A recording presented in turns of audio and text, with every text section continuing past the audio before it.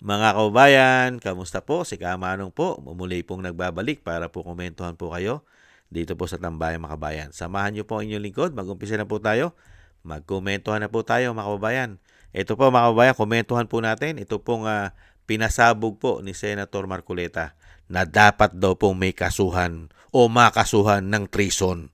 At kung bakit, pakinggan po natin ang pahayag ni Senator Marcoleta dito po sa mga hudas at taksil ng bayan at mga nagbebenta pa. Hindi kaya nagbenta? Dahil nagpamigay eh. Pagka nagpamigay ka, hindi kaya may kumita? Nagtatanong lang si Kamano. Pakinggan po natin si Senator Marcoleta. Ito mga... Huwag ka mag-alala, Justice Carpio. Meron ka pang isang araw tatalakayin namin kung paano mo ipinamigay ang halos 242,000 square nautical miles ng ating territorial sea. Bay, napakalaking bahagi ng Pilipinas doon, Sen. Yan ay yung pinaka-ebidensya ng treason. Alam mo kung bakit, Jen? Doon sa kanyang ginawang pagdidesisyon, inakala niya, Ito po, Sen, desisyon na po niya ito, ah. Pero desisyon niya ito. Okay. Ito, maalala niya, sasabihin ko sa kanya, Magaliona Magaliona. versus Ermita. Okay. Oo. Pumayag siya sa argumento ng gobyerno na paliitin na lang natin ang territorial sea sapagkat makakakuha ng tayo ng ganansya sa ating exclusive economic zone. Lumaki nga, sa palagay niya, ang exclusive economic zone, ipinamigay niya yung 242,000 square nautical miles.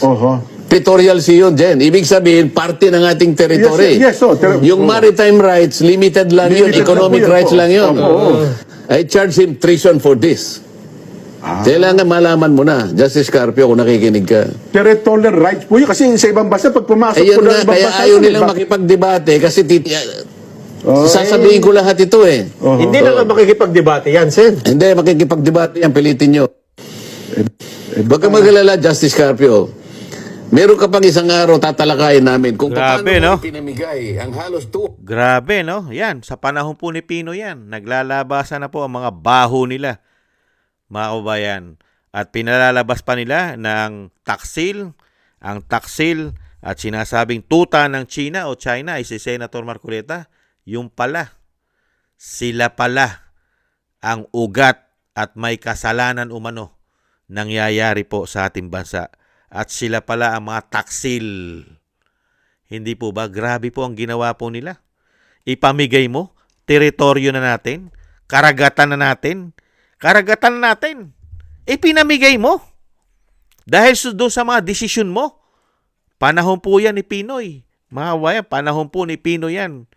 At dyan po pumutok na si Trillanes ay ilang beses, napakaraming beses na pumunta labas-pasok sa China. Kaya nga po ang tanong natin, magkano kaya? How much kaya ang kinita nila dito sa pagpapamigay umano ng 242,000 square nautical miles. Nautical miles. Napakalawak po nun. Yung 240,000 miles. Di ba? Grabe po yun. Grabe kalawak po yun. Mas malawak po yun dahil mas mahaba at mas malaki ang miles kaysa sa kilometer. Hindi po ba? Ganyan po ang ginawa. Kaya nga po mga kabayan, ito pong maiingay na ito. Ito pong grupo ng mga dilaw, liberal, at isama na natin ang pink at makakaliwa umano. Sila po ang mga talagang salot umano sa ating bansa. Sila po ang nagpapahirap sa mga Pilipino umano.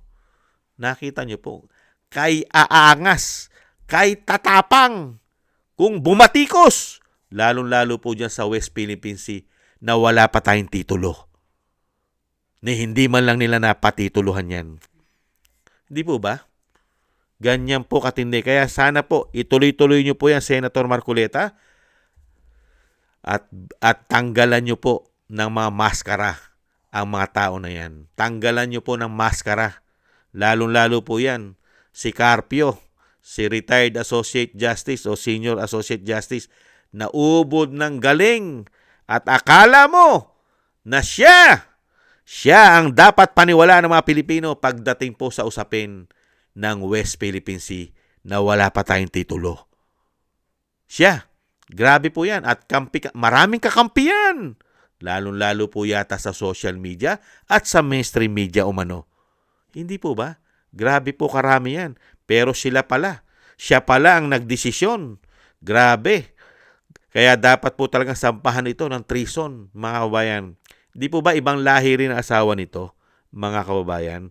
Grabe, no? Yung sinasabing kaya yung desisyon niya, doon sa ginawa mong pagdidesisyon sa Magallona versus sa Ermita, pumayag ka sa agrumento ng gobyerno na paliitin ang ating territorial sea.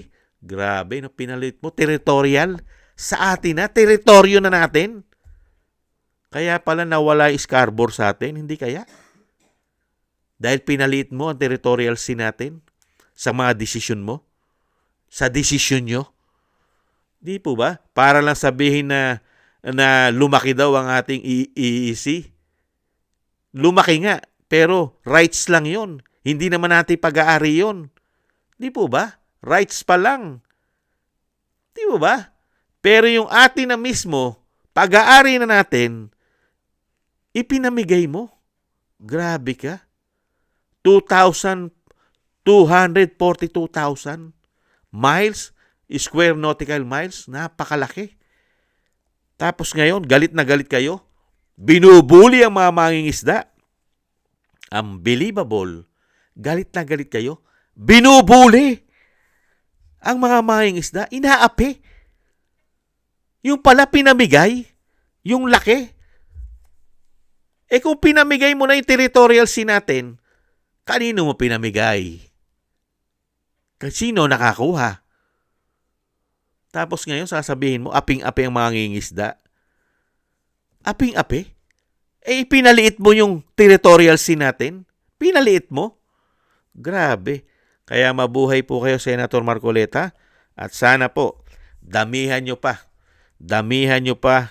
ang mga involved dito sa ginawa po nilang pagtetrador, paghuhudas sa ating bansa. At grabe, baka kumita pa. Baka malaki pa ang kinita rin nila riyan umano. At gaano kaya karami ang mga nagkapera dyan, mga kabayan, dahil napakalaki pong teritoryo yan. Territorial sea po natin yan. 242,000 mga kabayan, square nautical miles. Nakita nyo po, gaano kaya karami ang kinita ng mga hudas na yan umano. Mga taksil ng bayan, hindi kaya? Kaya ngayon, sila talaga ang nagpapahirap sa Pilipinas. Sila talaga ang nagbebenta umano sa mga teritoryo natin, pati yata sa pag-aari nating karagatan. Hindi kaya, mga kababayan? Kaya po, Senator Marcoleta, paramihin nyo pa po ng paramihin ang inyong investigasyon at hubaran po ninyo ng hubaran ang mga maskara nila na akala mo nagpapakaanghel, yung pala napakarami ng ginawa na paghuhudas at pagtetrador sa ating bansa para lang yata sa pakinabang nila umano.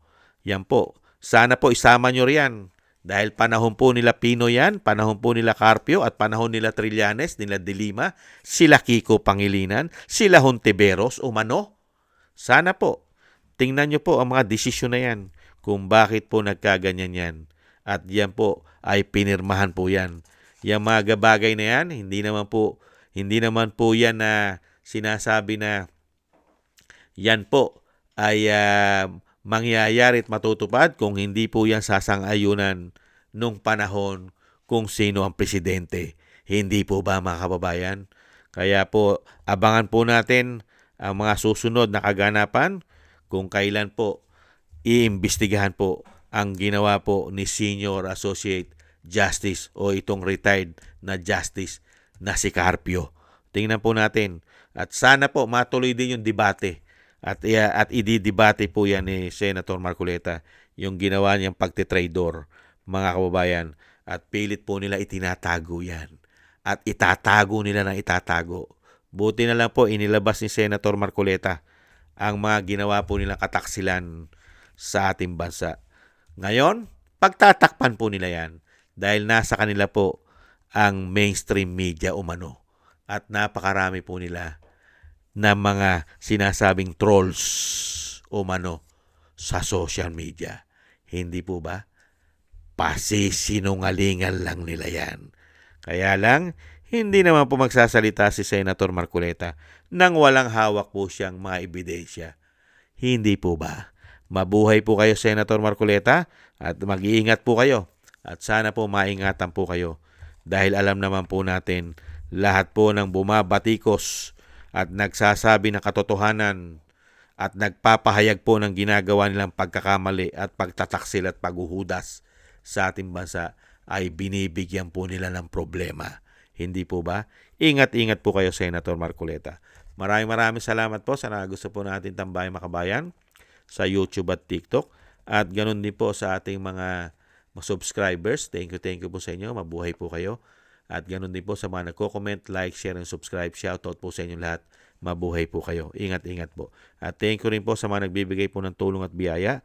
Thank you po kay Eric Hershaw ng Canada, kay Tatay Nick ng Canada, Ani Jo, ako si Pilam, Balance Vision TV, Gayat Shena, Jesus Valdepena, kay Kingston ng Hong Kong, Jake Yahut ng California, USA, Gina Ray ng Berlin, Germany, Julieta Celona ng Sydney, Australia, Baby Roman at Ate Isa ng Cagayan.